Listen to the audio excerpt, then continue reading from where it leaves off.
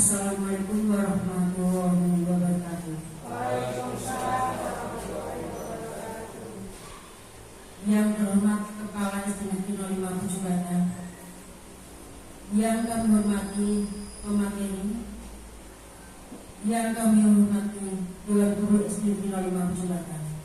Syukur alhamdulillah kita panjatkan kehadirat Allah Subhanahu wa taala yang mana pada pagi hari ini kita bisa melaksanakan acara diseminasi budaya positif pengimbasan di sekolah dasar CGP Angkatan 10 Modul 1.4 yang akan dibawakan oleh Bapak Azhar Kusuma SPD dan Ibu Indah Stuti SPD. Untuk mengawali acara pada pagi hari ini akan saya sampaikan susunan acara seperti ini. Yang pertama, pembukaan. Yang kedua, sambutan kepala sekolah. Yang ketiga, pemaparan materi. Yang keempat, tanya jawab audiens. Yang kelima, penutup. Marilah kita bersama-sama membuka acara ini dengan bacaan basmalah. Bismillahirrahmanirrahim. Mudah-mudahan dengan bacaan basmalah acara ini bisa berjalan lancar tanpa halangan suatu apa. Amin. Bapak Ibu yang kami hormati, untuk acara berikutnya sambutan kepala sekolah kepada Ibu Diah Ancawati SPD SD, disilakan. Terima kasih. Assalamualaikum warahmatullahi wabarakatuh. Yang kami hormati Bapak Ibu Dewan Guru SD Negeri 05 Bujubatan, yang kami hormati juga Bapak Ibu CPP Angkatan 10, Bapak Azhar Kusuma dan Ibu Diah Indri Astuti. Pertama-tama kita panjatkan puji syukur kepada Allah Subhanahu wa taala yang mana pada hari ini kita semua diberi kesehatan, nikmat sehat, nikmat ilmu, nikmat silaturahmi. Yang kedua, salam dan sholawat tak lupa kita panjatkan kepada Nabi Agung Muhammad SAW agar kita kelak mendapatkan syafaatnya di yaumil akhir. Bapak Ibu semuanya yang hadir di ruangan ini, hari ini kita akan sama-sama mengikuti kegiatan CGP yang akan dilaksanakan oleh Bapak Azhar Kusuma dan Bu Diah Indri Astuti dalam rangka melaksanakan tugas CGP. Assalamualaikum warahmatullahi wabarakatuh. Waalaikumsalam warahmatullahi wabarakatuh. Yang kami hormati Bapak Ibu Guru SD 05 Bujubatan, yang kami hormati Ibu Kepala Sekolah, Ibu Diah Ancawati SPD SD selaku Kepala Sekolah SD 05 Bujubatan. Pertama-tama marilah kita panjatkan puji syukur kepada Allah Subhanahu wa taala pada pagi hari ini kita dapat berkumpul dalam suatu acara atau kegiatan presentasi aksi nyata modul 1.4 budaya positif dalam rangka pemenuhan tugas individu selaku calon guru penggerak angkatan 10 Kabupaten Pemalang. Salawat serta salam marilah selalu kita limpahkan kepada junjungan kita Nabi besar Muhammad SAW, kepada para keluarga, sahabat hingga umatnya yang senantiasa kita nantikan saat yaumil akhir nanti.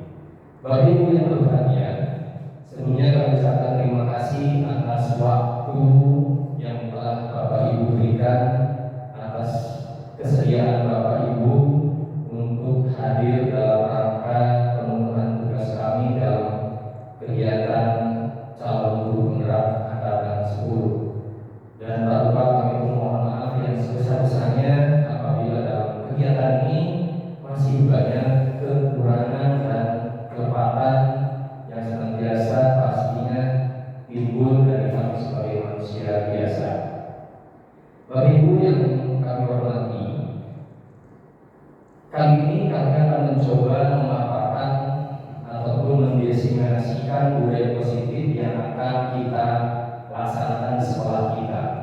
Namun sebelumnya kami bicara di sini bukan berarti yang paling tahu ataupun lebih tahu ataupun lebih hebat dan sebagainya, karena memang kebetulan dilalahnya saya dengan kakaknya saya Ibu Indri mendapati tugas sebagai calon guru penggerak, maka mau tidak mau kami harus menyampaikan budaya positif ini kepada Bapak Ibu semuanya. Kami pun lalu berdoa semoga Bapak Ibu semua bisa menyusul kami untuk dapat mengikuti kegiatan calon guru penggerak yang insya nanti angkatan 11 akan diikuti sama Bu Sumi ya. Iya, Bu Sumi sama Pak Ade. Nanti disusul Pak Faiza, Bu Din, Bu Lisa, Bu Olive, semuanya berarti nanti dari SD 5 itu gurunya guru penggerak semua. Tepuk tangan untuk kita. Baik Bapak Ibu, ada apa saja sih di materi kali ini? Yang pertama kita akan sampaikan bahwa di sini tulisannya terlalu besar ya Bapak Ibu ya. Ini di sini disampaikan bahwa di materi 1 dasar-dasar pendidikan, yang mana ini diambil dari apa yang telah disampaikan oleh Pak Ade, yaitu di Hajar Dewantara, yang saya sendiri sadari bahwa materi ini ternyata tidak pernah saya dapatkan di bangku kuliah. Materi ini kami dapatkan baru kemarin di program CGP ini. Alhamdulillah dari materi ini Bapak Ibu, kami menjadi terbuka bagaimana menyikapi siswa-siswa kita. Ternyata yang selama ini saya lakukan banyak salahnya. Lalu apa sih menurut Hajar Dewantara ini? Di sini dalam lampiran yang pertama dasar-dasar pendidikan, bahwa kita ambil contoh perbandingannya dengan hidup tumbuh-tumbuhan. Jadi pendidikan itu, mendidik anak itu seperti halnya kita menjadi seorang petani Bapak Ibu. Kita menjadi seorang petani dalam hakikatnya sama kewajibannya dengan seorang pendidik, yang mana menanam padi hanya dapat menuntut tumbuhnya padi, tidak bisa memaksakan padi tumbuhnya seperti A, B, C, dan D. Ternyata selama ini kita ini tugasnya adalah sebagai penuntun. Kita sebagai penuntun dalam dunia petani yang dapat memperbaiki kondisi, hanya dapat memperbaiki kondisi tanah. Faktor eksternal dari siswa dengan kondisi tanahnya dapat kita perbaiki, memelihara tanaman padinya, memberikan pupuk dan air, membasmi ulat-ulat atau jamur yang mengganggu hidup tanaman padi dan lain sebagainya.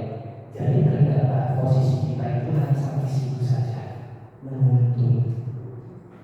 Kita hanya bertugas menuntut, merawat, memastikan anak-anak kita tidak terkena penyakit ataupun ulat ataupun jamur-jamur orang dan sebagainya, sehingga mengakibatkan terganggunya pertumbuhan atau perkembangan pendidikan pada anak kita. Bapak Ibu, dari bulan tersebut memahami bahwa sekolah digerakkan sebagai tanah tadi. Jadi sekolah itu sebagai tanahnya, tempat bercocok tanam, sehingga guru harus mengusahakan sekolah jadi lingkungan yang menyenangkan, menjaga siswanya, melindungi murid-muridnya dari hal-hal yang tidak baik, sehingga karakter murid tumbuh dengan baik. Sebagai contoh, murid yang tadinya malas menjadi semangat, bukan kebaliknya. Jadi misalkan ada siswa yang malas, ya tugas kita adalah memberikan motivasi, pemeliharaan, merawat dia supaya motivasi belajarnya meningkat dan tidak menjadi malas.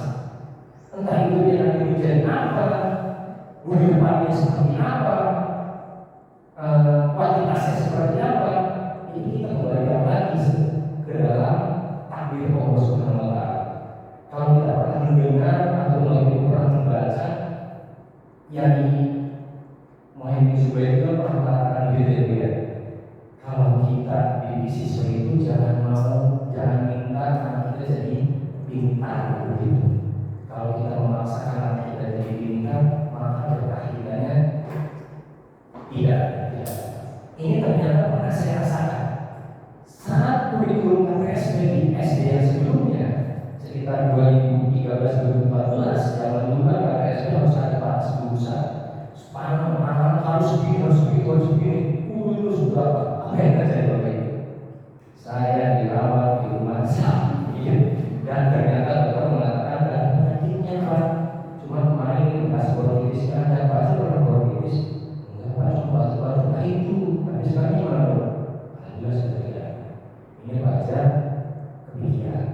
Karena itu terjadi saat saya dirawat, saat anak menjelang ujian. Itu pikiran saya, Allah gimana anaknya, ini gimana? Dirawat. Mau makan sudah banyak waktu sampai dengan sekarang mendapatkan materi ini, ya udah. Saya memberikan kewajiban saya, menunaikan kewajiban apapun itu. Hasilnya saya kembalikan lagi kepada Tuhan dan Allah yang akan menentukan. Begitu Bapak Ibu ya. Kita sepakat sampai sini Bapak Ibu. Oke, kita lanjutkan. Bapak Ibu yang berbahagia, di bagian ini kami akan meminta tolong Bapak Ibu membayangkan sejenak. Bayangkan sekolah impian kita. Sekolah impian Bapak Ibu di SD 5 Bojong Bada itu pengennya kayak apa sih? Silakan sampaikan, curhatkan. Nanti saya akan berikan stick 0. Silakan Bapak Ibu tuliskan. Isinya tentang apa? Tentang ini Bapak Ibu. Bagaimana suasana sekolah ini yang Bapak Ibu harapkan? Barangkali boleh nanti menyampaikan ini teman-teman membacanya. Oh iya, saya juga seperti itu. Kita berkata lain untuk mewujudkan itu. Sekolahnya kayak gimana? Bagaimana sih guru bersikap pada muridnya? Bagaimana sikap muridnya? Bagaimana mereka saling berinteraksi terhadap Anda, terhadap kita? Silakan nanti kami berikan waktu 30 menit cukup ya, atau 1 menit untuk berpikir sejenak, menuliskan impian Bapak Ibu untuk sekolah kita itu pengen seperti apa ke depan. Insya Allah dari impian tersebut hal-hal yang positif akan muncul. Kita akan konsentrasi dalam hal positif tersebut, lalu kita akan sepakati sekolah kita itu akan menentukan arah yang mana. Insya Allah kalau dari setiap orang menyampaikan nilai-nilai positif, pasti nanti akan terwujud bersama-sama. Itu Bapak Ibu ya. Minta tolong waktunya, silakan Bapak Ibu untuk memikirkan dan menuliskan bayangan sekolah impian Bapak Ibu pengennya sekolah yang kayak gimana, terhadap suasana sekolahnya, kemudian sikap muridnya seperti apa, dan juga sikap muridnya dengan guru seperti apa. Silakan kami berikan waktu untuk menuliskan jawabannya.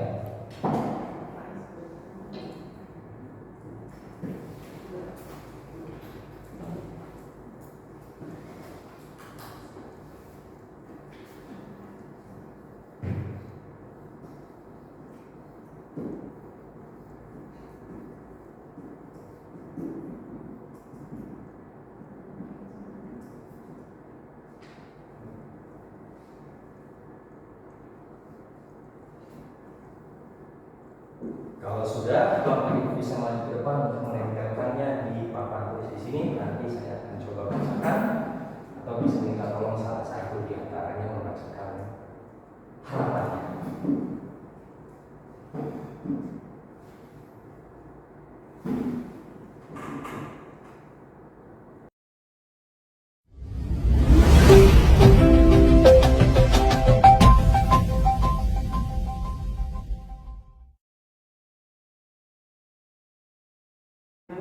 Tempel.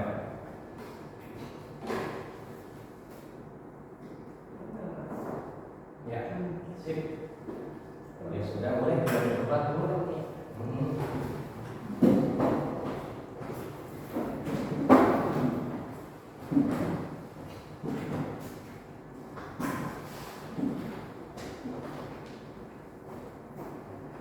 Ya, terima kasih Bu Faiza. Terima kasih.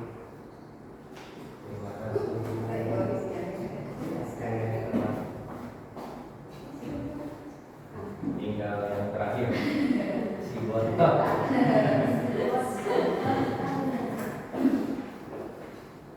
Gak usah tekan Ibu. Saya melakukan.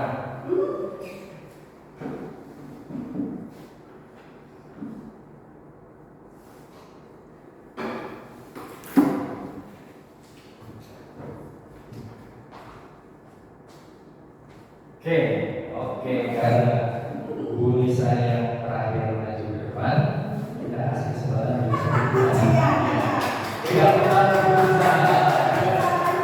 Bu Nisa boleh katakan semua ya dari yang pertama dulu. Yang pertama, ini punya siapa ini? Untuk yang pertama harapan Ibu Oli sekolah ini yaitu sekolah ramah anak. Ramah anak. Boleh tepuk Bu Oli. Lalu selanjutnya ini punyanya Bu Faisal.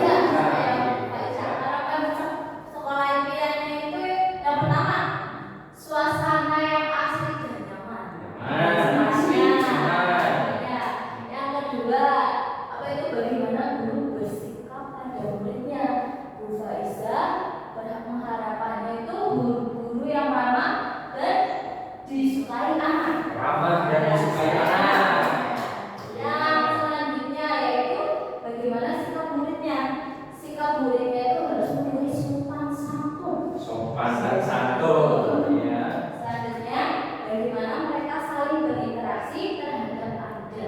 Harapannya Bu Faiza yaitu berinteraksi baik dan saling peduli satu sama lain. Peduli berarti ya. Ya. Tepuk tangan untuk Bu Faiza. Lanjut Bu Nisa. Yang selanjutnya ini punya Bu Sumi. Ya. Bagaimana suasana sekolahnya? Menurut Bu Sumi yaitu suasana yang ramah anak. Ya. Ramah anak. Ya. Lalu selanjutnya bagaimana guru bersikap pada muridnya? Bu Sumi mengharapkan sikap guru kepada muridnya banyak bermain dan belajar. Bermain dan belajar bersama siswanya. Oke.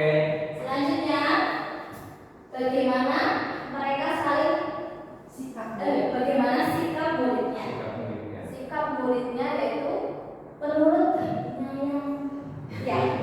Ya. Ya. Dan muridnya harus menurut ya Bu, penyayang.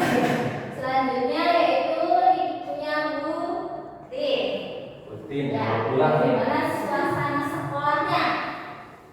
Sekolahnya itu sekolah yang ramah, aman, dan nyaman. Ramah, aman dan nyaman. Ya. Selanjutnya, bagaimana guru bersikap pada muridnya? Guru mengayomi murid. Kayak polisi berarti. Lalu, bagaimana sikap muridnya? Bu, murid bersikap sesuai slogan 5S. Ya, nice berarti ya. Bisa Bu? Senyum. Oke. Selanjutnya, bagaimana mereka saling berinteraksi terhadap kita? Ya. Saling adanya interaksi yang saling menghormati. Saling menghormati antara guru dan siswa. Oke. Lalu punya saya sendiri. Bagaimana suasana sekolahnya? Suasana sekolahnya nyaman dan tidak harus dilengkapi sarana dan prasarana yang lebih lengkap dan menunjang. Oke. Lalu selanjutnya bagaimana guru bersikap pada muridnya? Guru bersikap pada muridnya itu guru harus mendekati siswa agar siswa merasa diperhatikan dan maksudnya. Lalu selanjutnya bagaimana sikap muridnya? Sikap muridnya harus mempunyai sopan santun pada muridnya. Ya, selanjutnya bagaimana mereka saling berinteraksi terhadap Anda. Saling berinteraksi, saling menyapa pada saat ketemu. Iya, berarti sama kan salah satu dari MS. Begitu. Oke, terima kasih Bu Nisa. Boleh dong dan semua jawabannya ternyata kita dulunya saling menjawab tapi konten di dalamnya sama sekali. Kalau memang seperti itu berarti kita memiliki tujuan yang sama. Entah itu posisi kita sebagai guru, nanti posisinya sebagai pemangkal atau apa, itu semua ada di materi ini. Ternyata ada beberapa posisi kontrol kita sebagai guru. Nanti kita jelaskan.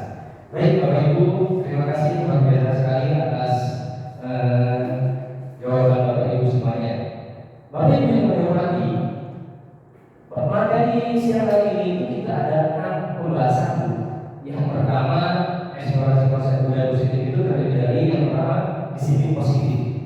Yang kedua, teori motivasi, hukum, penghargaan, dan restitusi. Yang ketiga, keyakinan keras. Yang keempat, kebutuhan dasar manusia. Yang kelima, 5 posisi kontrol. Nah ini yang tadi Bapak Ibu sebutkan tadi itu, Bu Sumi ini dari teman gitu. Nanti kita posisi kontrolnya seperti apa? Yang terakhir, segitiga restitusi. Ternyata dari 6 materi ini saya rasakan belum saya dapatkan materi tersebut di bangku kuliah satu yang dulu, baik D2 maupun D1. Alhamdulillah dengan SPP yang berjibaku begitu banyak tugasnya, ternyata paling tidak kami mendapatkan materi tambahan sehingga kami dapat memperbaiki program pembelajaran di sekolah. Baik, nah sebab itu yang pertama, sekarang Bapak Ibu berhadapan dengan temannya.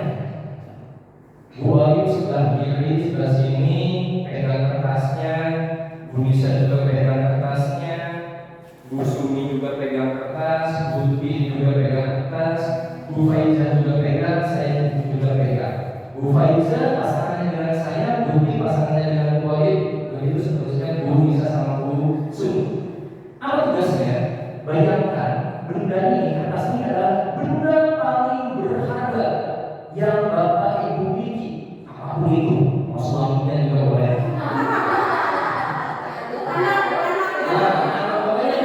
Benda ini paling berharga. Silakan benda ini bayangkan, benda ini adalah benda yang paling memiliki nilai yang paling berharga. Masih 30 kilo, 20 kilo terserah. Silakan dikemas kertasnya, lalu digenggam.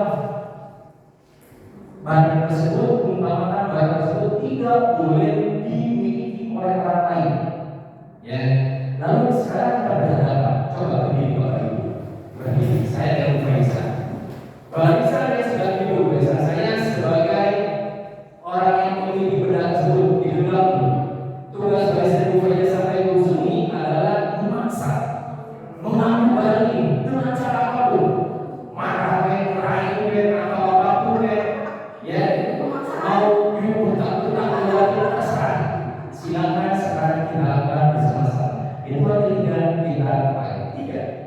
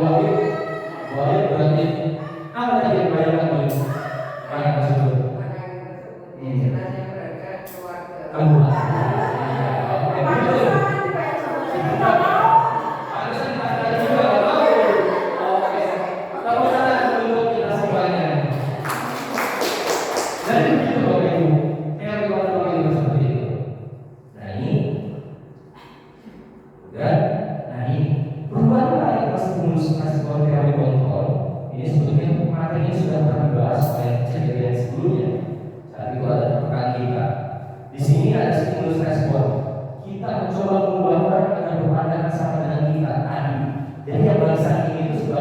stimulus responnya. Posisinya di sini, mencoba mengubah orang agar berpandangan sama kita, meraihlah dan sebagainya. Kemudian teori kontrolnya kita berusaha memahami. Kamu jangan minta apa ya?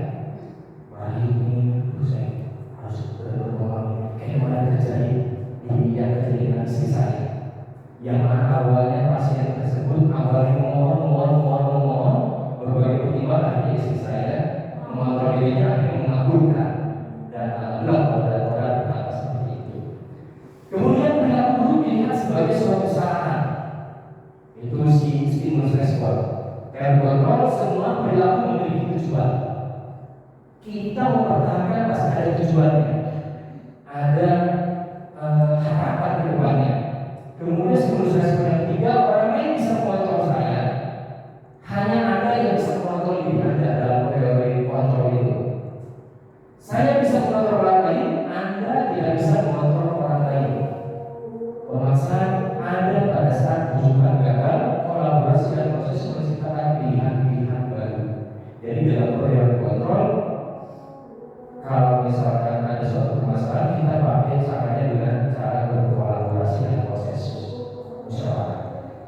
Itu. Terakhir, model berpikir menang atau kalah. Kalau yang teori kontrol, model berpikir menang dan menang. Begitu Bapak Ibu ya. Azan kita beri usaha atau gimana? Gimana bisa kita beri ya?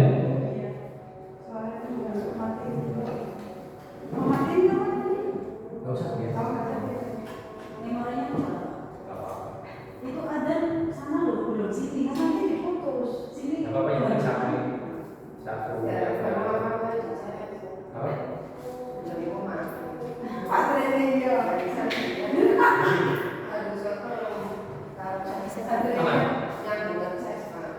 Ya kalau bisa mereka Matiin dulu aja. matiin lagi.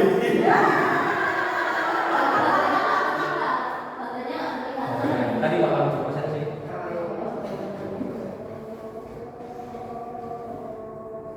Ya makanya kayak ada di pulau ya Pak. Musiknya itu kayak mendukung ya. Aku meringat juga mikir orang-orang. Ada mau pipis juga.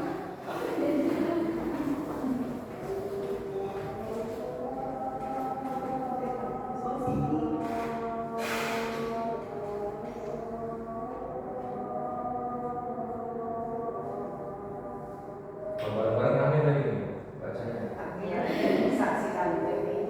Enggak, besok nanti hari 16 visi misi.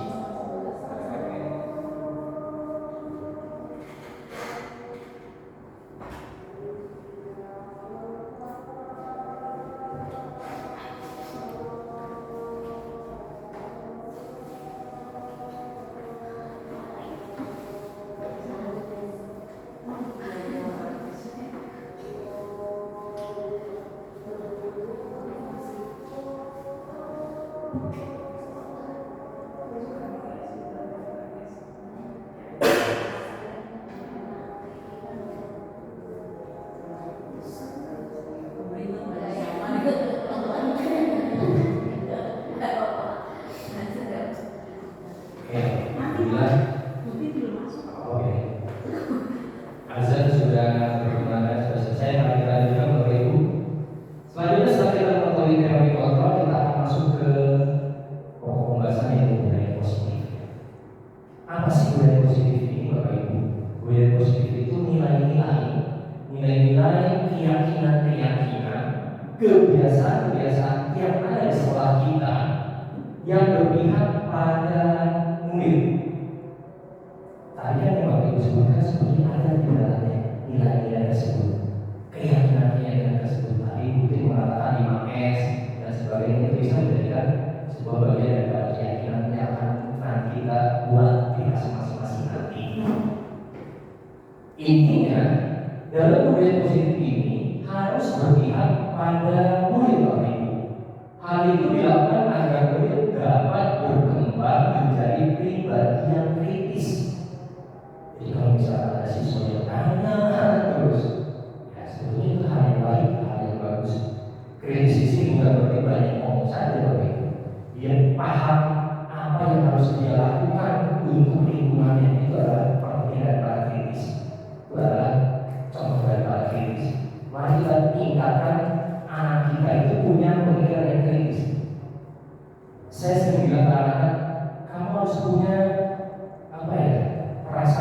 satu jiwa perhatian sendiri tanpa disuruh ngerti kebutuhan lingkungan dan kamu harus apa, kamu harus lakukan. Itu kritis. Kemudian perbuatan misalnya tadi ya, posisi sebagai guru terhadap siswanya. Dan yang terpenting terakhir adalah bertanggung jawab. Itulah nilai budaya positif Bapak Ibu. Dalam mewujudkan budaya positif, kita memerlukan disiplin positif Bapak Ibu. Tapi kebanyakan guru itu sangat tertarik dengan topik pembahasan tentang disiplin. Kita bahkan berpendapat bahwa kalau saya bisa disiplin, pasti mereka akan bisa belajar. Punya disiplin. Padahal kita sendiri masih kadang bingung disiplin itu apa sih. Padahal guru juga berpendapat bahwa mendisiplinkan anak-anak adalah bagian yang paling rantang dari pengajaran mereka.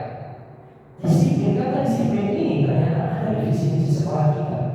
Kalau ibu pernah baca itu sudah ingat. Kalau tidak salah dia mewujudkan peserta didik yang disiplin, berkarakter, ya berakhlak mulia, itu peduli lingkungan. Nah, kata disiplin itu diletakkan awal begitu.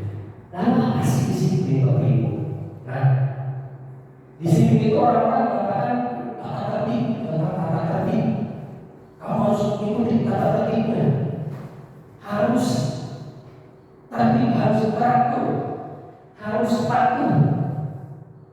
Kemudian ada peraturan dan terakhirnya ini ada hukuman.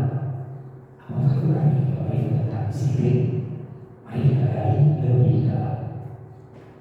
Disiplin positif Bapak Ibu. Disiplin positif ini merupakan suatu pendekatan untuk menerapkan disiplin dari dalam diri anak tanpa ancaman. Mari mulai sekarang kita kurangi ancaman, hukuman, dan hadiah. Itu. Yang kedua, dalam penerapan disiplin positif, murid diajarkan untuk memahami konsekuensi dari perilaku mereka. Dalam penerapannya, anak harus paham konsekuensi atas apa yang mereka lakukan. Mengajarkan murid bertanggung jawab serta rasa hormat dalam berinteraksi dengan lingkungan. Kalau saya tidak melakukan ini, saya dapat ini. Mereka harus paham itu. Jadi harus disepakati lebih awal konsekuensi tersebut. Disiplin tadi itu bertujuan untuk menumbuhkan muara terakhir ya Bapak Ibu, menumbuhkan kesadaran serta memberdayakan murid untuk melakukan sesuatu tanpa ancaman maupun hukuman. Ini adalah tujuan yang paling hebat jika anak-anak kita sudah bisa melakukan sesuatu tanpa takut hukuman saya lakukan, ada ancaman saya lakukan. Jadi punya inisiatif sendiri itu lebih plong dari anak. Kita pun merasa tidak alhamdulillah. Nah, memang tidak mudah ya anak itu ya. Kadang-kadang sampai saat ini saya pribadi pun masih dikolaborasikan dengan ancaman hukuman karena anaknya begitu. Kalau misalnya kita lepaskan begitu saja, wah, orang-orang ternyata. Dan ternyata untuk tarik dulunya kadang-kadang kita perlu kadang-kadang dengan hukuman, kadang-kadang tidak.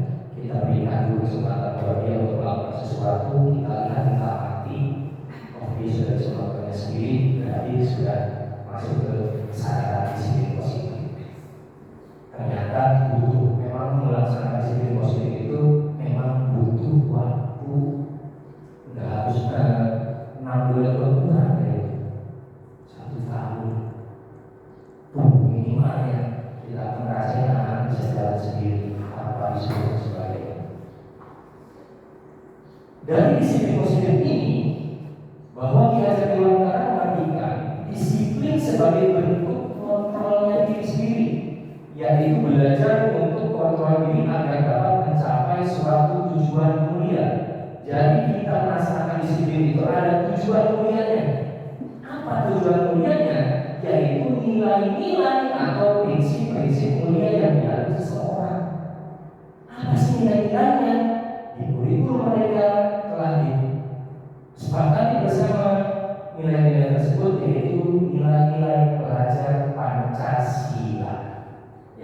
selamat, beriman, bertakwa, berkebinekaan global, bergotong royong, terus apa itu?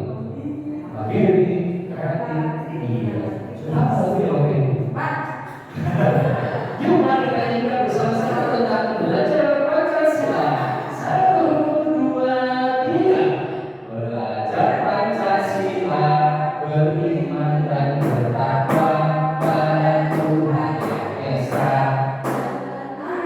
mulia, berkebinekaan global, gotong royong mandiri, kreatif dan bernalar kritis. Sekali lagi, 1, 2, 3.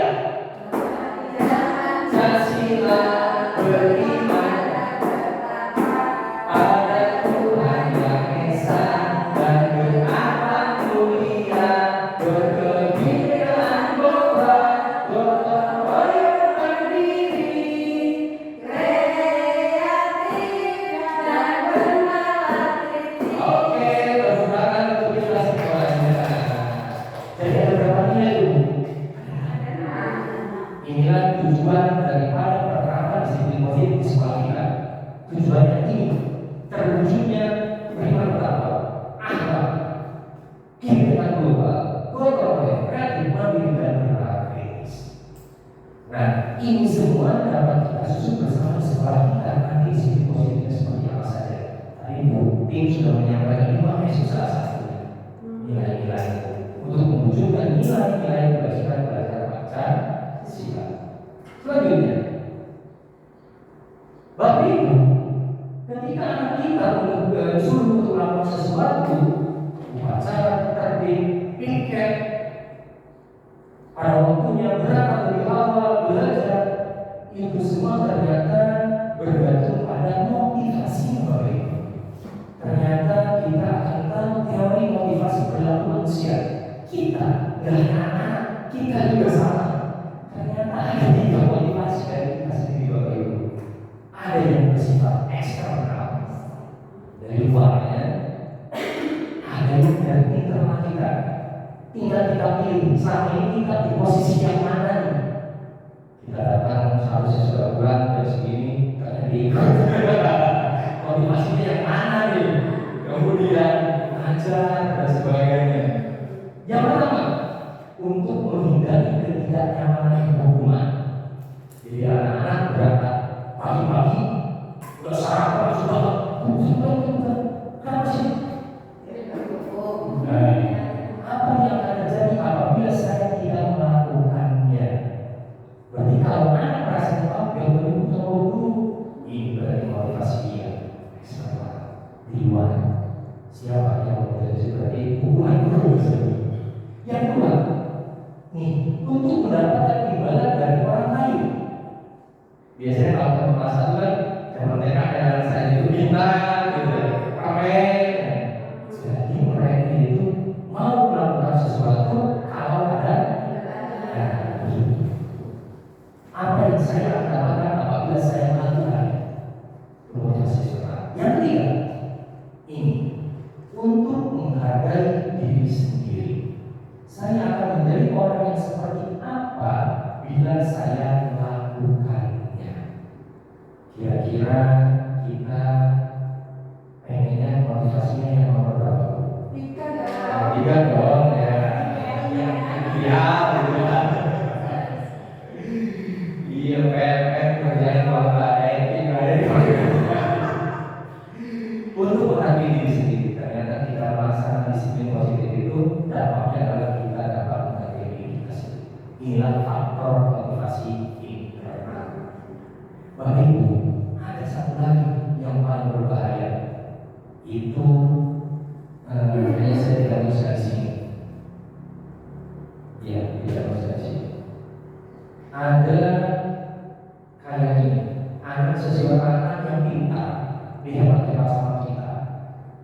Giliran dia mendapatkan prestasi, terus kita lupa memberikan penghargaan. Akhirnya dia merasa bagaimana? Sedih. Kemudian ada timbul sindrom, ya, merasa paling. Itu yang paling berbahaya daripada ketiga ini. Kita bisa menghindari anak seperti itu. Maka itu ketika di kelas nanti Meskipun memang anak itu hebat dalam segi pembelajaran dan lainnya, kita berikan peran ke anak yang lain supaya anak yang lain pun bisa merasakan perannya, dianggap betul, dianggap. Kalau misalnya dia ternyata hebat juga terus ternyata stasiunnya yang sangat berbahaya di motivasi ini. Bapak Ibu, selanjutnya ini kita akan bahas tentang hubungan, konsekuensi dan restitusi. Pernah restitusi? Belum kan? Sebelum orang mungkin ya, saya dulu belum dapat kali di sini di CKP. Restitusi. Selama ini yang sudah kita lakukan yang mana bu? Hubungan kan, konsekuensi kan, atau restitusi? Kita bahas. Yang namanya hubungan itu bersifat tidak terencana. Ujuk-ujuk tiba-tiba anak datang siang, apa itu? Bisa dikatakan? Boleh tiba-tiba? Tak pulang. Anak atau ini tidak tahu apa yang akan terjadi dan tidak dilibatkan atas apa yang telah dilakukan. Hubungan bersifat satu arah dari pihak guru yang memberikan dan murid hanya menerima suatu hubungan tanpa melalui suatu kesepakatan hubungan atau pengarah dari pihak guru. Hubungan yang diberikan bisa berupa fisik maupun psikis. Push up di ejek ya, betul. Apa sih bahasa yang ngomongnya fisik dulu, bully gitu ya. Yang kedua, disiplin dalam bentuk konsekuensi. Yang penting nih, yang konsekuensi sudah terencana, sudah disepakati, dibahas dan disetujui oleh kita, guru dan muridnya. Betul. Umumnya berbentuk konsekuensi dibuat oleh pihak guru atau sekolah dan murid sudah mengetahui sebelumnya konsekuensi yang akan diterima bila ada pelanggaran. Jadi kalau kesepakatan kita bikin kesepakatan konsekuensinya apa dituliskan gitu ya. Sudah ditentukan, sudah ada sanksinya gitu. Kemudian yang ketiga, ini restitusi. Apa restitusi? Proses menciptakan kondisi bagi murid untuk memperbaiki kesalahan mereka. Kita sampaikan kepada mereka, tidak berikan waktu kepada mereka untuk memperbaiki dirinya sendiri, sehingga mereka bisa kembali pada kelompok mereka. Karena kalau anak yang bermasalah di kelas merasa kayak dikucilkan dimarahi sama kita, anaknya merasa minder. Nah di restitusi tidak, di restitusi kita berikan waktu untuk memperbaiki oleh anak dan sepakat dengan kita, kemudian kita hantarkan dia kembali ke kelompoknya, jangan ditinggalkan dengan karakter yang lebih kuat nantinya. Oh saya sadar saat di sini, besok saya harus begini. Kemudian restitusi juga merupakan proses kolaborasi yang mengajarkan murid untuk mencari solusi untuk masalah mereka dan membantu murid berpikir tentang orang seperti apa yang mereka inginkan. Jadi dia nanti pengennya ke depan seperti apa. Saya harus memperbaiki sikapnya, nggak usah marah-marah dulu ya kan, itu seperti kan. Jadi diajak dialog, diskusi dengan mereka dan bagaimana mereka harus memperlakukan orang lain. Ternyata ini penting dimengerti ini, terutama anak kita yang memang ada saja yang hiperaktif, kisah dan sebagainya. Nah kisah anak itu ternyata ada penyebabnya. Nanti kita bahas di sini. Nah ini hubungan atau konsekuensi kita bahas bareng-bareng dulu. Lari mulai lapangan basket 2 kali karena terlambat hari di sekolah. Hubungan atau sanksi atau konsekuensi? Hubungan. Hubungan. Kita tulis hubungan ya bu. Hubungan. Murid diminta untuk push up karena tidak menggunakan masker. Konsekuensi hubungan. Baris yang ini hubungan baris itu hubungan konflik. Konsekuensi ada yang jawab hubungan, ada yang jawab konsekuensi.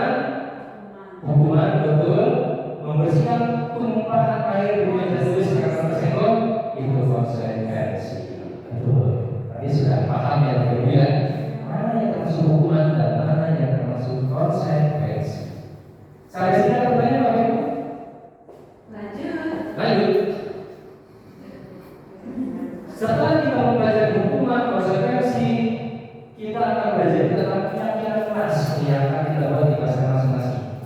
Mengapa tidak peraturan saja? Mengapa harus keyakinan keras? Mengapa kita memiliki peraturan harus menggunakan helm bila mengendarai kendaraan roda dua? Kira-kira apa jawabannya? Kenapa harus pakai helm kalau naik motor?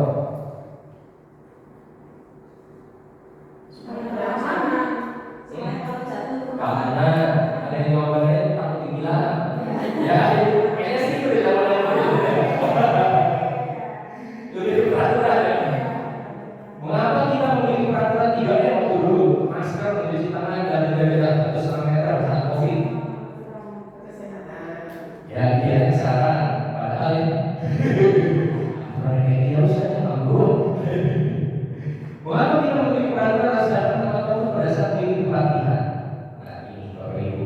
Untuk mendukung motivasi intrinsik, motivasi yang dalam diri kita kembali ke nilai-nilai atau keyakinan kita lebih menggerakkan seseorang dibandingkan mengikuti serangkaian peraturan. Itu kalau ternyata ditanya di bawah itu demi keselamatan, kesadaran diri betul, jatuhnya kesadaran diri itu, kesadaran diri. Kalau peraturannya ada polisi, iya, tuh itulah bedanya. Kenapa harus keyakinan bukan peraturan? Kalau nggak ada bukunya, wah. Keyakinan keras Bapak Ibu memiliki karakter keyakinan keras itu bersifat lebih abstrak daripada peraturan yang lebih rinci. Kalau peraturan lebih langsung tertuju ke masalahnya, kalau keyakinan itu lebih luas gitu kalimatnya. Keyakinan keras berupa pernyataan universal. Pernyataan keyakinan keras senantiasa dibuat dalam bentuk kalimat positif. Hindari kata jangan, tidak boleh, kalimat yang positif. Keyakinan keras sebenarnya tidak terlalu banyak sehingga mudah diingat dan dipahami oleh semua warga kelas. Kalau sebanyak-banyak 5 poin 10 poin. Keyakinan keras sebenarnya sesuatu yang dapat diterapkan di lingkungan tersebut. Semua warga kelas sebenarnya ikut berkontribusi dalam pembuatan keyakinan. Kita ajak anak-anak, ternyata sembuh kalau diajak ngobrol. Biasanya orang ini kesini padanya ya udah itu apa saja. Coba pengennya kamu kelas kita itu gimana? Kasih aja ini dari speaker ini bisnis ngobrol sama temennya 4 orang 3 orang satu saja sudah baca ini soal tinggal nih, ini soal tinggal oke cari. Jadi kita ibaratnya jangan muncul dari diri kita biar nanti dia masuk ke keyakinan diri sendiri. Kemudian bersedia meninjau kembali. Nah, harus ditinjau ulang. Ada periodenya. Tadi makanya saya bilang, ya jangan banyak banyak 5 sampai 10 karena apa? Dievaluasi. Kira-kira poin 1 sudah bagus, ini sudah bikin yang lain. Gitu. Saya 15 kali, 1 semester, 1 tahun ya, jangan juga sih ya. Minimal 16 kali 1 semester sekali. Buat poin-poin keyakinan keras kita. Baik, kita lanjut Bapak Ibu. Prosedur pembentukan keyakinan keras. Nih, Bapak Ibu kalau mau bikin keyakinan keras, persilakan pada sekolah atau guru sekolah atau kelas bersuara pendapat, saling berpendapat. Kemudian kedua, catat semua masukan para murid. Biasanya disuruh maju kayak ini. Atau bisa kalau kita nggak punya sticky note, ya langsung aja tulis di bawah, tulis pendapat kelompok ini. Biasanya kan peraturan kita itu menggunakan pendapat ya, sulit sekali itu. Kelas 6 sekarang itu yang saya ini diajak ngobrol. Angel, yuk, masa kan ngomong aja, ngomong sampai nanti maju satu-satu kita pilih. Kemudian catat masukan-masukan para murid di bawah kertas besar. Kemudian susunan keyakinan kelas sesuai prosedur pembentukan keyakinan sekolah. Ganti kalimat dalam bentuk negatif menjadi positif. Kalau ternyata masukan mereka ada kalimat negatif, kita ganti dalam kalimat positif. Intinya ajak musyawarah anak kita lalu tentukan bersama. Begitu Bapak Ibu ya.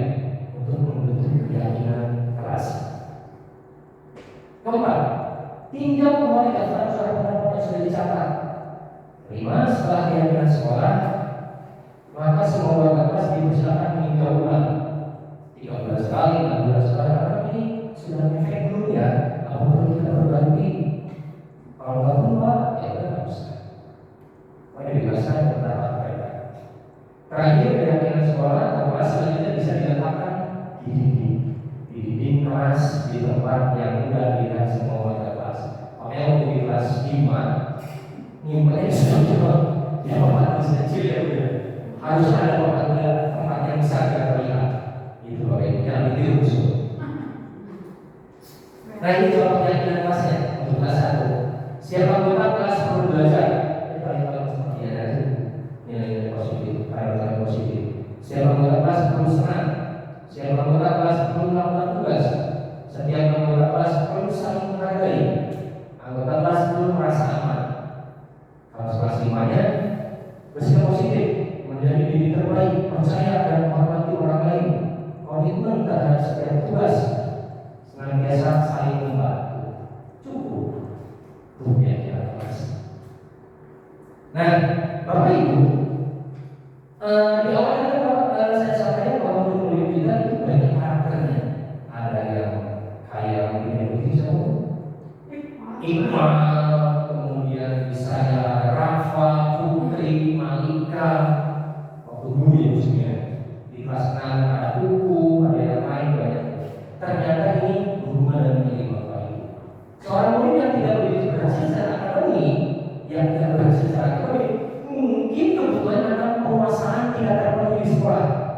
Gimana menguasai kelas? Ya kurang akademiknya. Rasanya gimana supaya saya menguasai kelas?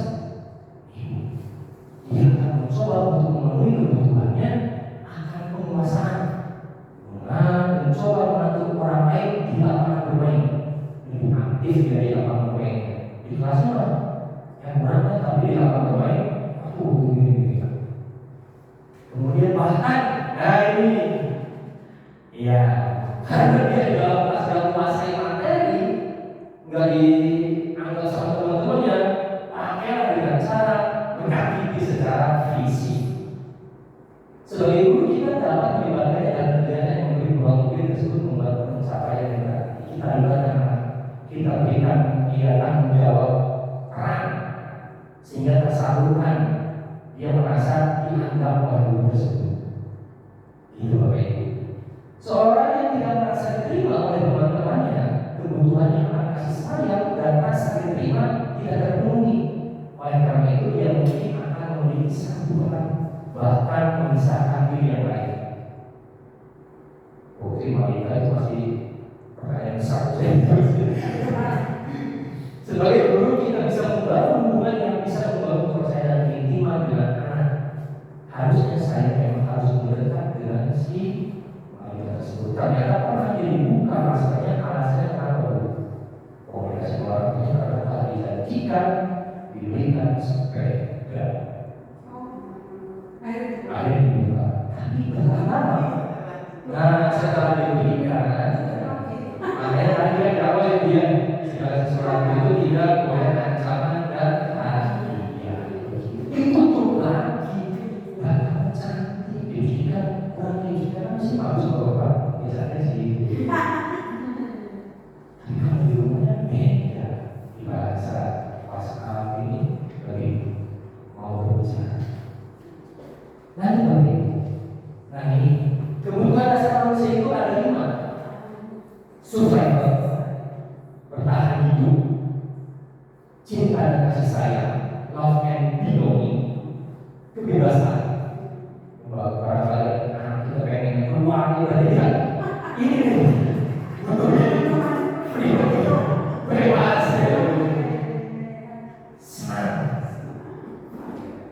Kemudian kan ada teman kita yang posisi di situ lebih menguasai kemampuannya ini karena kebutuhan mereka itu seperti itu. Dia tidak dilewatkan di rumah, hanya di sekolah. Bapak Ibu, setelah kita mengetahui kebutuhan dasar manusia itu yang tadi, kita akan bertindak melakukan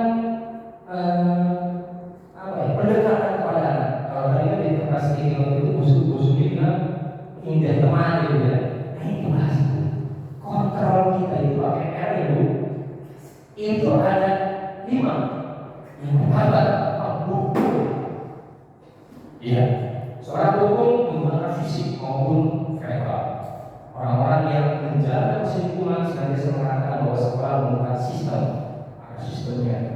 Anak yang dapat lebih menekan murid lebih jauh lagi di pressure si murid tersebut. Guru yang dapat posisi umum akan berkata, waktu yang menurut saya atau awas. Makanya ini kan biasanya dia, begini, makin berat saya ya. Kamu selalu selesai kan? Benar. Pasti selalu yang terakhir selesai. Pernah begitu? Saya pernah begitu secara tidak langsung. Memang kayak dalam seluruh buku ya dia. Saya pernah mengatakan ini. Ternyata pasti mereka merasakan salah saya. Saya baru berpikir ini kayak gini. Bisa kami terakhir bosan Pak. Dan saya pernah merasakan itu oleh guru kimia saya. Ketika saya lagi getol-getolnya belajar kimia, biasanya nilai 3, bagian kelas masih paling 5. Itu lagi materi yang ini loh, belajarnya apa? H2O, bulat kayak gini terus ke sini. Apa sih itu zaman dulu? CO2, O2, sama sih yang kayak misalkan H2O dan CO2 juga apa dan apa gitu. Itu lagi arti-artinya Bu.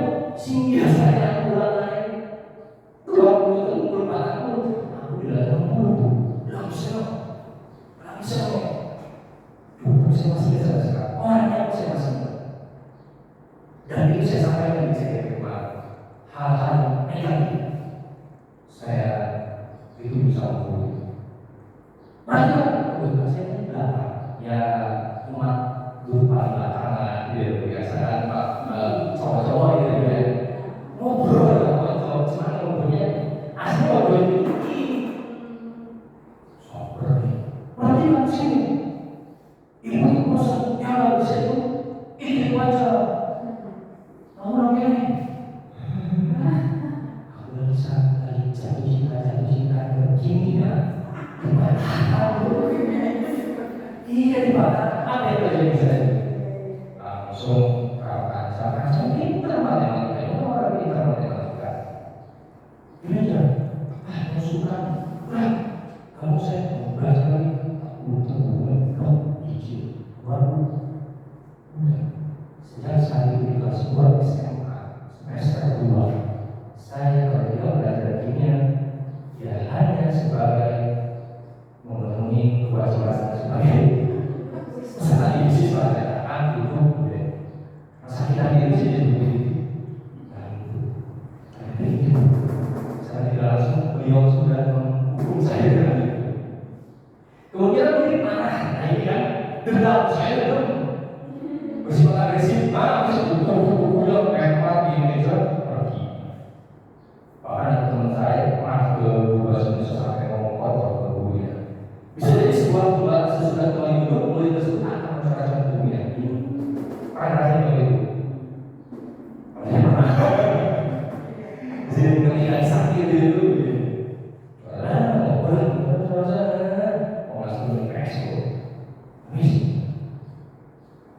sayangnya ketika saya sudah SMA saya tidak pernah bertemu dengan guru tersebut. Kalau saya ketemu saya jadi pengen sombongnya itu. Kedua, ibu membuat perasaan bersalah. Pada posisi ini biasanya ibu akan bersuara lebih dulu. Membuat rasa bersalah akan menggunakan keningan yang membuat orang lain merasa tidak nyaman. Bersalah atau rendah diri. Kata-kata yang keluar dalam mulut akan seperti ini. Ibu sangat kecewa sama kamu enggak? Berapa kali Bapak cerita kamu? Biasanya gitu ya? Iya. Gimana coba? Kalau orang tua kamu tahu kamu berbuat begini, orang tua kamu akan merasa kecewa sekali. Ternyata dia punya salah. Iya dong, salah. Hasilnya apa? Murid akan merasa bersalah karena mengecewakan ibu orang tuanya. Murid akan merasa menjadi orang yang gagal, nggak sanggup membahagiakan orang.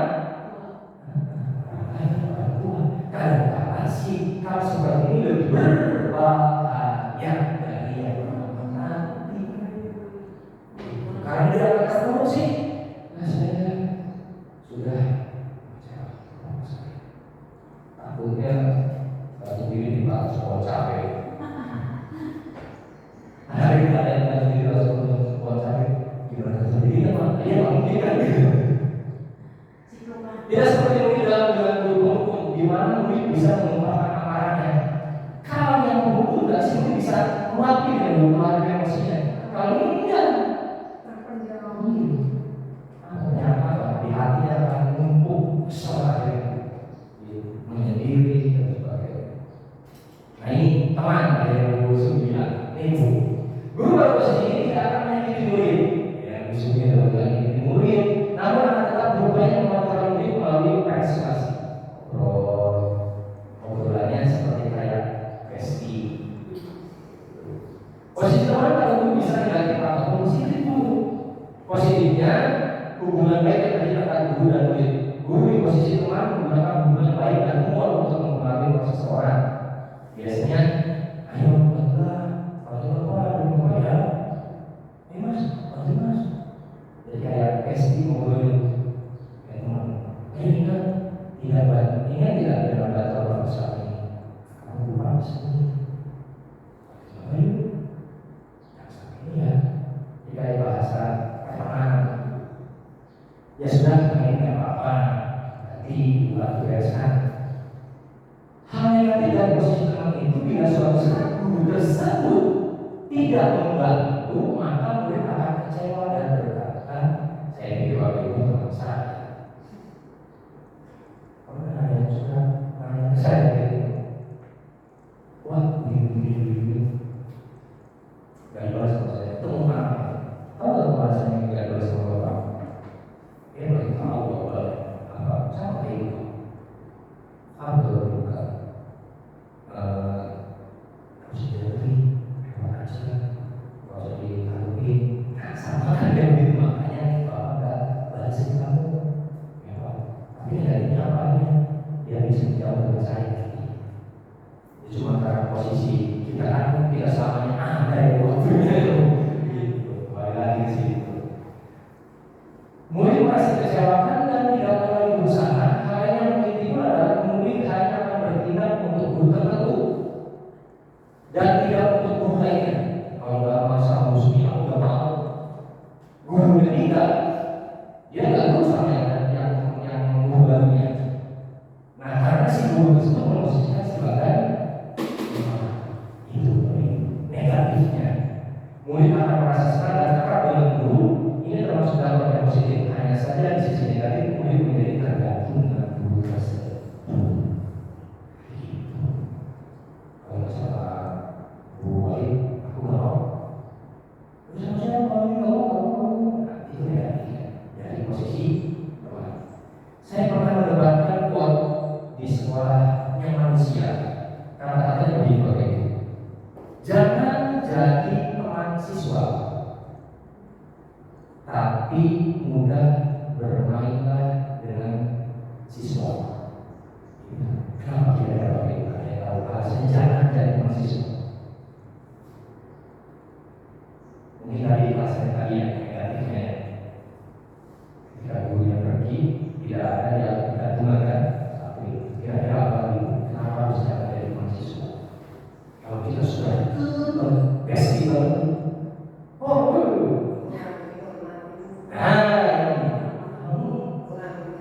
kurang karena dia terus saya pernah lihat itu bukan di sini di sekolah saya itu ada posisi teman-teman itu yang posisinya sebagai teman. Akhirnya kalau tidak lihat menuntaskan nggak didengerin, nggak ada efek. Kamu apa? Jawab aja dia bilang. Pasti dijawab aja sama anak tersebut. Tapi posisikan kita jangan jadi mahasiswa tapi mudah bermain dengan siswa. Lalu langkahnya selalu mudah bermain dengan siswa. Saya biasanya adalah dulu ya, kalau sekarang dulu suka main bola. Ketika sudah pulang, saya ingin main bola sama mereka. Pulang jam 5, pulang jam 5, kemudian nanya dan sebagainya. Jadi nggak sampai jauh banget. Jadi ketika ada sesuatu hal yang mau disampaikan, tetap bisa mendengar dan tetap bisa mengerjakan. Kalau dia tidak disuruh menyukai, dia tetap mengerjakan. Beda kalau misalnya kamu enak begitu usah. Itu negatifnya. Ya posisi mana? Begitu sumi kalau ada posisinya kemarin ya. Oke, yang ke empatnya tadi ya. Kita sudah manajer. Posisi terakhir adalah manajer. Posisi di mana guru berbuat sesuatu bersama dengan murid, mempersilahkan murid tanggung jawab, mendukung murid, menemukan solusi atas permasalahannya. Di manajer murid diajak untuk menganalisis kebutuhan diri.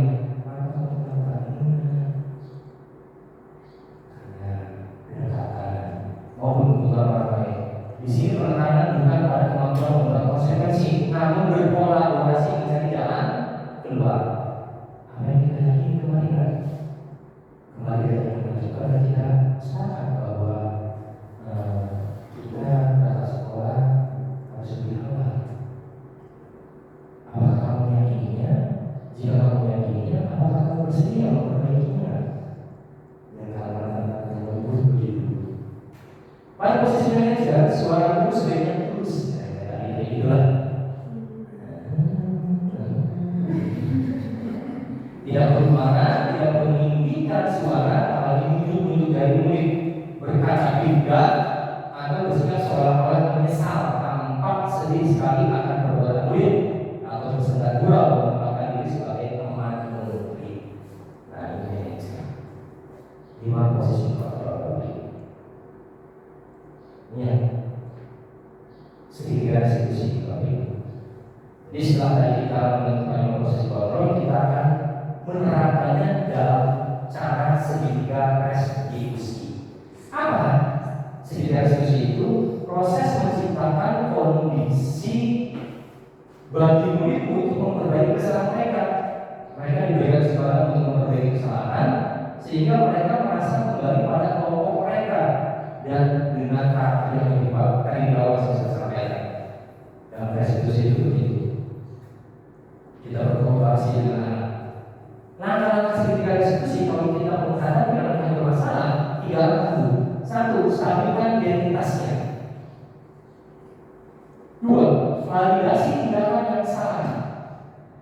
3. Menanyakan keyakinan. Nah ini adalah 3 langkah dari segitiga restitusi. Ini gambaran segitiga restitusinya. Pertama, ketika kita mendapati anak yang bermasalah, kita stabilkan identitas. Dan biar jangan mereka merasa bersalah. Kita sampaikan setiap orang pasti pernah bersalah. Kamu itu SD sekolah. Jadi dia merasakan akhirnya netralisir rasa bersalahnya gitu. Oh iya, saya salah sama saya doang. Ada orang lain yang salah. Jadi perbuatan ini tidak berakhirnya seperti berakhir di dunia ini.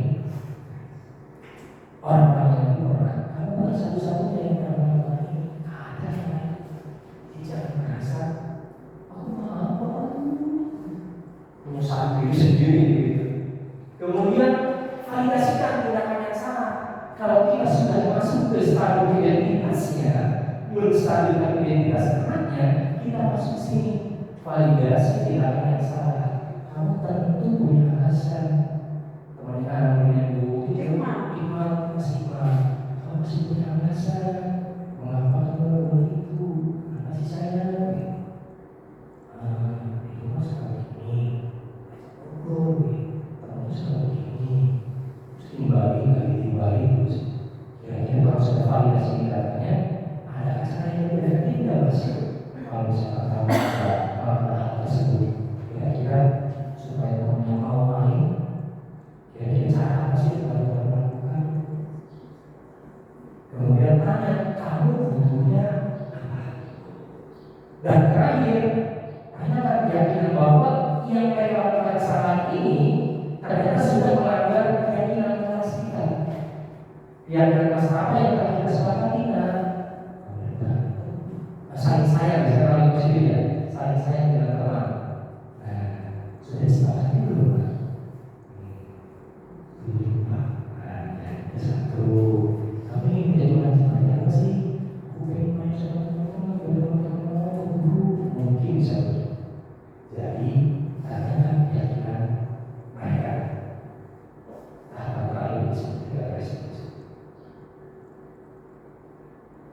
Kemudian kalau sudah selesai restitusi tersebut, nah ini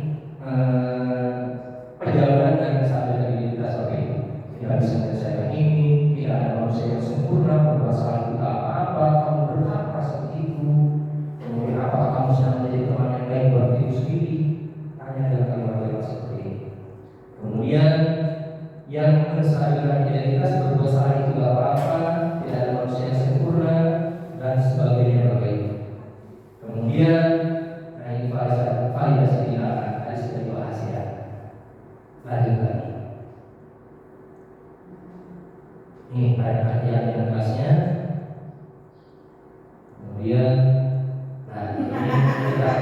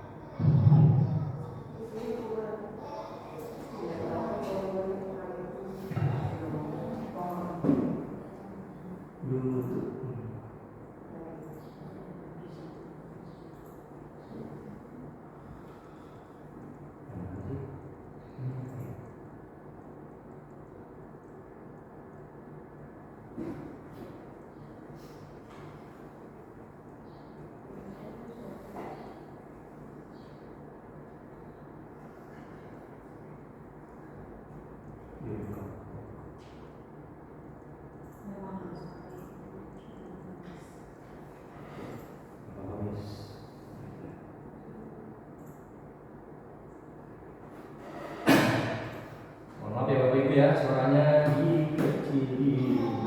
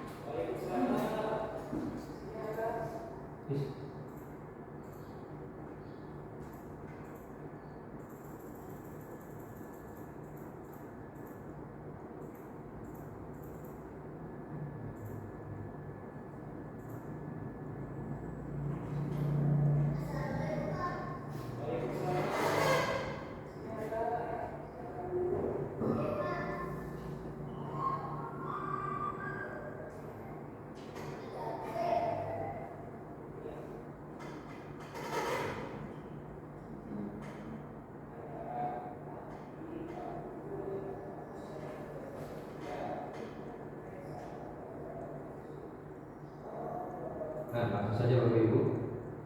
Intinya di dalam video ini saya menerapkan 3 restitusi tersebut.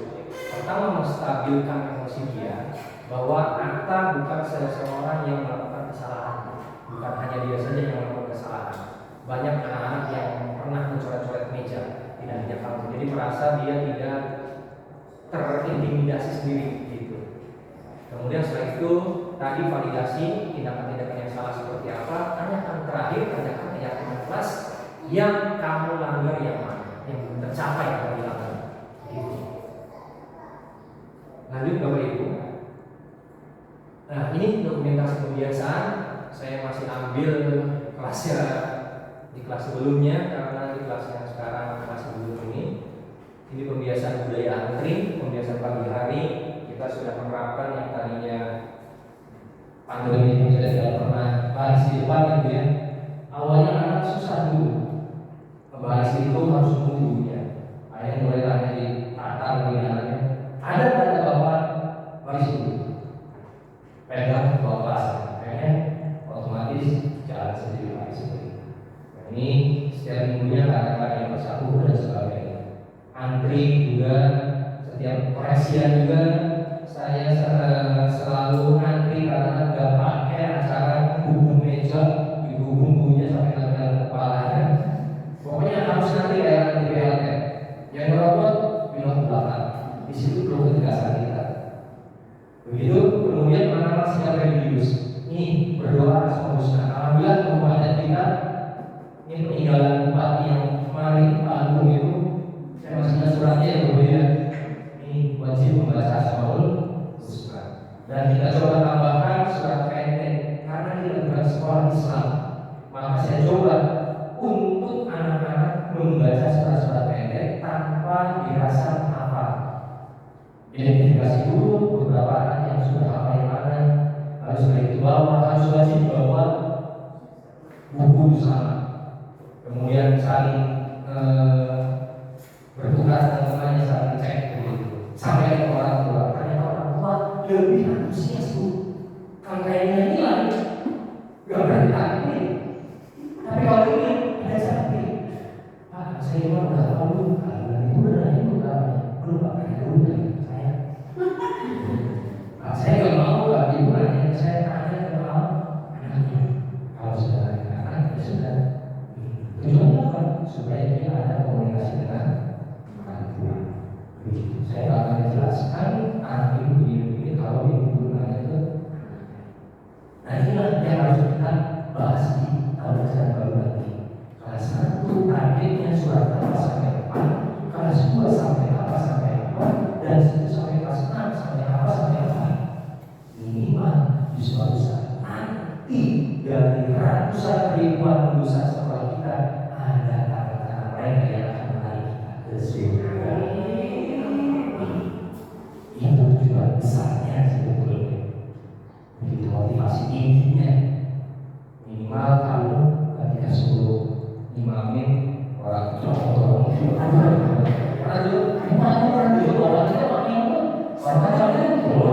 orang karena sekarang beberapa itu langsung kemarin itu bahasa terakhir.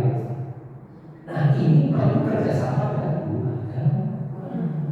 Alhamdulillah mereka sudah open, mereka sudah open mau dan saya terus. Bahkan bisa kita tambah di sini bacaan sholat. Kita nggak usah merasa ini kan karena guru agama. Kita sama-sama guru, kita bisa berbarengan. Kita tidak merasa melangkahi, ibu tidak merasa di saling terbuka begitu. Nah itu biasa Bapak Ibu. Kemudian yang kedua dokumentasi kegiatan belajar ini di kelas 6, kelas 5. Nah, membuat tata surya. Ini pun saya menyampaikan ke anak-anak terserah kamu mau bikin enak, mau pakai kertas lembar, mau pakai bola, terserah kamu cari semuanya di internet ataupun di IG. Kemudian yang terakhir ini membuat batik dulu di kelas. Ini organisasi kegiatan menyusun kesepakatan kelas, anak disuruh menulis ke depan, dipandu oleh kita sebagai guru, pangkat di tempat yang terbuka yang kira-kira bisa dilihat oleh semua orang. Begitu. Dan terakhir, ya, terima kasih Bapak Ibu. Kemudian Bapak Ibu yang dapat kami sampaikan materi tentang budaya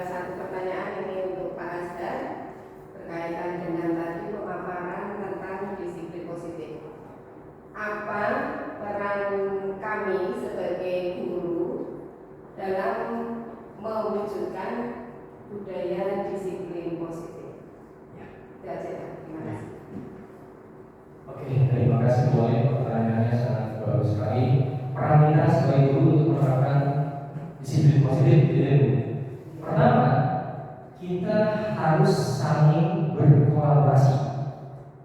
Jangan berjalan sendiri. Berbarengan dengan teman-teman seluruh guru menyepakati sekolah kita mau kemana, tujuannya, disiplin positif apa yang akan kita tuju 1 tahun ini. Sepakati bareng-bareng itu akan menjadi program sekolah kita. Begitu. Biasanya kalau saya itu selain punya program sekolah, kita juga harus punya program wanita sendiri. Jadi untuk program disiplin positif kita kolaborasi sama teman-teman semua.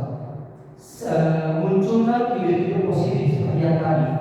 Boleh pengen sekolah itu kayak gimana, untuk mencapai itu seperti apa caranya, gue bisa juga nyampein. Dan fokusnya kepada hal-hal yang positif, jangan ke hal-hal yang negatif. Oh, sekarang gimana positif itu? Jangan hindari itu. Untuk menerapkan disiplin positif, hindari hal-hal yang negatif baik dari diri kita maupun teman-teman kita.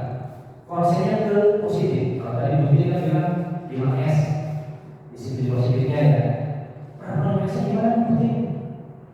Ya kita setiap pagi ikan sudah salaman, ketemu di lingkungan sekolah salaman gitu. Nah itu dibuat di kesepakatan sama teman-teman semua. Itu disiplin positif. Kemudian disiplin positif yang lain misalkan kayak tadi pembiasaan pekerjaan, suratnya sampai mana, kemudian ada apa aja, itu kita bahas bareng-bareng tujuannya, goalnya kita nanti apa. Jadi jangan sampai kita jalan sendiri. Tapi biasanya pesan saya itu baiknya selain kita punya disiplin positif sekolah, kita juga harus punya disiplin positif wanita sendiri, program kita sendiri itu sebagai nilai lebih dari diri kita ke pelayanan anak-anak. Boleh beda-beda? Boleh. Sama? Boleh. Bagusnya ya anak-anak. Bu Faiza kelas berapa? Kelas 2 dengan Bu Ade. Oke Pak, nah itu dibahas. Kalau ternyata masih kurang bisa komunikasi atau apa, ya apa sendiri. Tapi intinya disiplin positif kita kolaborasikan sama boleh. Jadi kita wajib menyampaikan pendapat dan masukan. Jadi tidak ada lagi yang namanya kamu lebih ini, kamu lebih itu, kamu lebih senior, kamu lebih junior, semuanya posisinya sama. Itu terasa lebih enak kalau kita sudah memposisikan itu. Semuanya posisinya sama, diskusi di kelas ini, di dalam ruangan ini, keluar dari ruangan, meskipun di dalam kelas itu kita berteman-teman, keluar dari ruangan jangan dibawa berteman-teman. Memang seperti itu. Nah, tapi biasakan seperti itu. Ya kembali lagi bergantung kepada manajemen daripada pikiran semua. Tapi saya yakin dengan adanya dunia yang terbuka, kita bisa sekarang lebih bisa bebas, lebih terasa bebas ya, bebas memberikan masukan, ide, pendapat, dunia itu lebih relevan dan sebagainya. Insya Allah bisa begitu. Itu Bapak yang Ibu. Mungkin yang terakhirnya disiplin positif. Terakhir itu kita posisinya sebagai manajer tadi. Karena sebagai teman, tarik lagi, tarik dulu, terus manajer tadi. Yang idealnya. Gitu. Oke, begitu Bu Aif. Atas pertanyaannya saya terima kasih. Ada lagi Bapak Ibu yang mau bertanya? Cukup? Baik, kalau cukup saya cukupkan sampai sekian. Saya ucapkan banyak terima kasih atas kehadiran dan partisipasi Bapak Ibu yang mau hadir di sini berdiskusi bersama, mendengarkan pemaparan yang telah kami paparkan. Kesempurnaan hanya milik Allah Subhanahu wa Ta'ala, kekurangan hanya milik saya pribadi. Mohon maaf atas segala kesalahan. Kita tutup dengan doa untuk majelis. Subhanallah wa bihamdihi, asyhadu an la ilaha illa anta, Assalamualaikum warahmatullahi wabarakatuh. Waalaikumsalam.